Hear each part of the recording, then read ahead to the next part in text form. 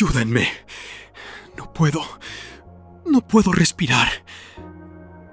El cuerpo de David se desplomó contra la pared de cristal de la sala de juntas, dejando un rastro de sudor y desesperación. Sus manos golpeaban débilmente el vidrio, mientras su rostro se tornaba de un color gris ceniza. Estaban en medio de la Semana del Bienestar Laboral, y a menos de 5 metros, el director de operaciones seguía dando un discurso sobre la importancia de la salud mental. Nadie se movió.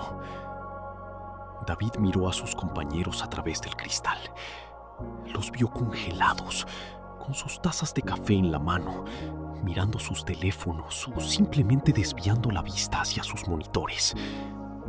El director ni siquiera detuvo su charla. Como decía, el compromiso es lo que nos hace una familia, continuó el jefe, mientras David se deslizaba por la pared hasta quedar sentado en el suelo, llevándose la mano al pecho en un gesto de agonía pura. La ayuda estaba a un paso, pero entre David y la salvación había un muro de indiferencia más grueso que el propio cristal.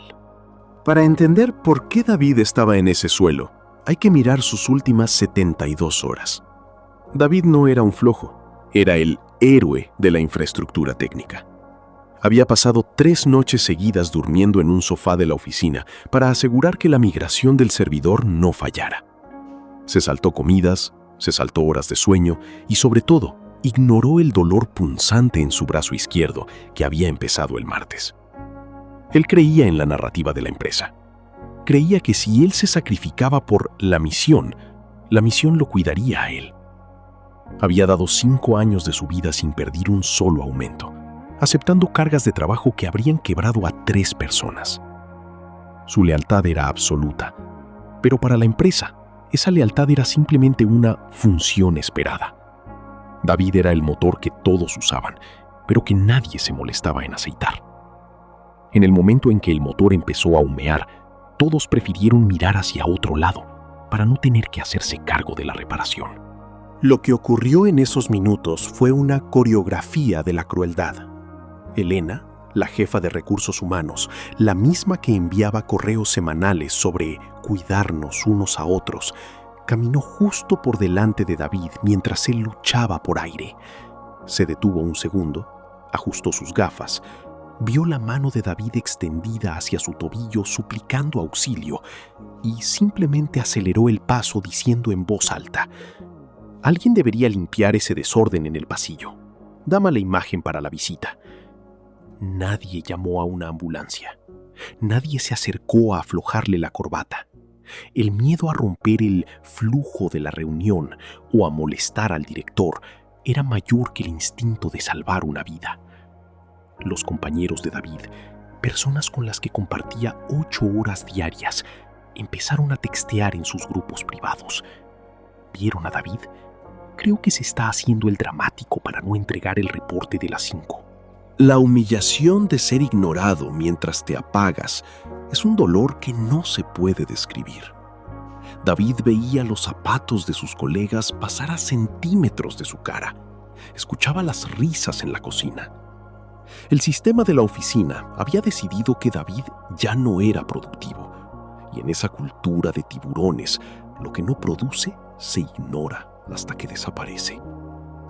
David cerró los ojos, sintiendo el frío del suelo de mármol, mientras la voz del director seguía resonando de fondo, hablando de lealtad y equipo sobre el cuerpo de un hombre que lo había dado todo y que ahora moría solo, rodeado de gente. David llevaba 3 minutos en el suelo. Para un infarto, 3 minutos son una eternidad. Mientras los ejecutivos seguían su reunión de bienestar tras el cristal, la única persona que rompió el círculo de indiferencia no llevaba traje ni corbata. Fue Samuel, el hombre de la limpieza, quien soltó su fregona al ver el rostro cianótico de David.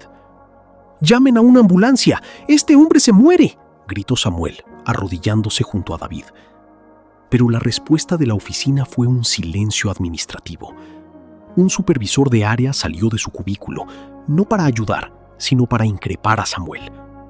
Baje la voz. Estamos en una llamada importante con los inversores. Si el señor David se siente mal, que vaya a la enfermería por su cuenta. David, con la poca conciencia que le quedaba, sintió las manos callosas de Samuel sosteniendo su cabeza. Era la única calidez humana en un edificio lleno de profesionales. Samuel tuvo que usar su propio teléfono personal para llamar a emergencias porque la recepcionista le dijo que no estaba autorizada para hacer llamadas externas sin un código de centro de costos. La humillación era total. La vida de David estaba supeditada a un código contable. Cuando los paramédicos finalmente entraron con la camilla, el director de operaciones salió de la sala de juntas, pero no para preguntar por el estado de David. Miró el reloj de la pared con irritación evidente.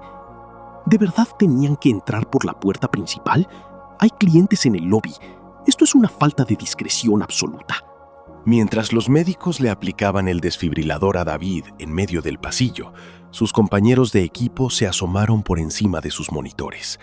No había preocupación en sus rostros, había molestia. Escuchó a Elena, la jefa de RRH, susurrarle al director: «Esto va a arruinar las métricas de seguridad del trimestre». David sabía que tenía hipertensión. Es una irresponsabilidad de su parte haber colapsado aquí en lugar de pedir un día libre. David, en ese estado de duermevela entre la vida y la muerte, escuchó perfectamente cómo lo convertían en el culpable de su propia desgracia. No era una víctima de la explotación laboral y las 72 horas sin dormir. Era un empleado desconsiderado que estaba manchando la imagen de la empresa con su emergencia médica. Antes de que lo subieran a la ambulancia, el director se acercó a la camilla, pero no para darle ánimos. Le susurró al oído: «Espero que el lunes tengas el reporte listo, David. No uses esto como excusa para retrasar la entrega». La ambulancia se llevó a David, dejando atrás una oficina que, en menos de 5 minutos, ya estaba discutiendo quién se encargaría de sus cuentas pendientes mientras él estuviera fuera de servicio. Para ellos, David no era un hombre cuyo corazón se detuvo. Era una computadora que se había quedado sin batería y que necesitaba ser reemplazada rápidamente para no perder el ritmo de producción. 2 semanas después, David volvió. Todavía sentía una presión sorda en el pecho y caminaba más despacio, pero necesitaba el sueldo para pagar los miles de dólares que la clínica le cobró porque su seguro tenía una cláusula de exclusión por estrés preexistente. Cuando llegó a la recepción, su tarjeta de acceso no funcionó. La luz roja parpadeó con un pitido seco, como un rechazo físico.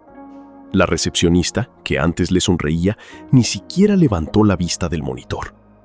«David, tus cosas están en esa caja debajo del mostrador. No tienes permitido subir a las oficinas». David abrió la caja de cartón. Allí estaba su taza favorita, la foto de su perro y los premios que la empresa le dio por lealtad excepcional, todo mezclado con basura. Mientras intentaba asimilar el golpe, Elena, la jefa de RHH, salió al lobby acompañada de un guardia de seguridad. No traía una carta de recuperación, traía una notificación judicial. «La empresa ha decidido rescindir tu contrato por incumplimiento de deberes y exposición de riesgo innecesario a terceros. Tu colapso en la sala de juntas asustó a 2 inversores clave que retiraron sus fondos. El departamento legal está evaluando una demanda por daños a la reputación de la firma. David, fuiste muy egoísta al no gestionar tu salud de forma privada». David miró a través de las puertas de cristal hacia el pasillo, donde casi muere. Su silla ya estaba ocupada por un chico 10 años más joven que leía sus mismos archivos.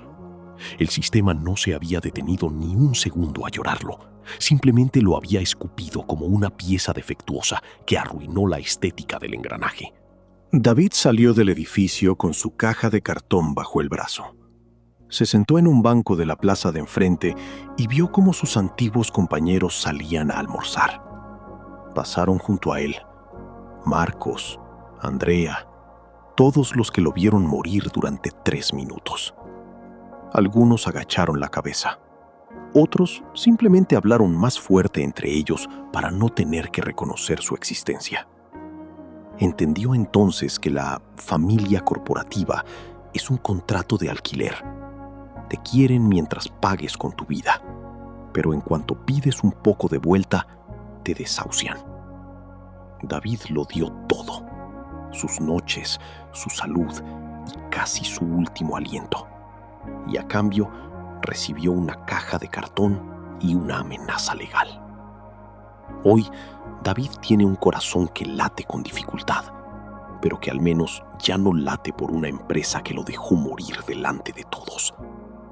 La oficina sigue allí, brillante y gélida, celebrando su próxima Semana del Bienestar, mientras en el pasillo el rastro de sudor de David fue borrado con el mismo desprecio con el que borraron su nombre de la nómina. A David lo ignoraron cuando más necesitaba ayuda y lo castigaron por tener la debilidad de ser humano. Su sacrificio no valió nada frente a la frialdad de una métrica de ventas. No te engañes, para ellos no eres una persona, eres una función. Y cuando esa función falla, el sistema te borrará sin parpadear. ¿Tú qué habrías hecho en su lugar? ¿Habrías demandado a la empresa o simplemente te irías para intentar salvar lo poco que te queda de vida? Te leo en los comentarios.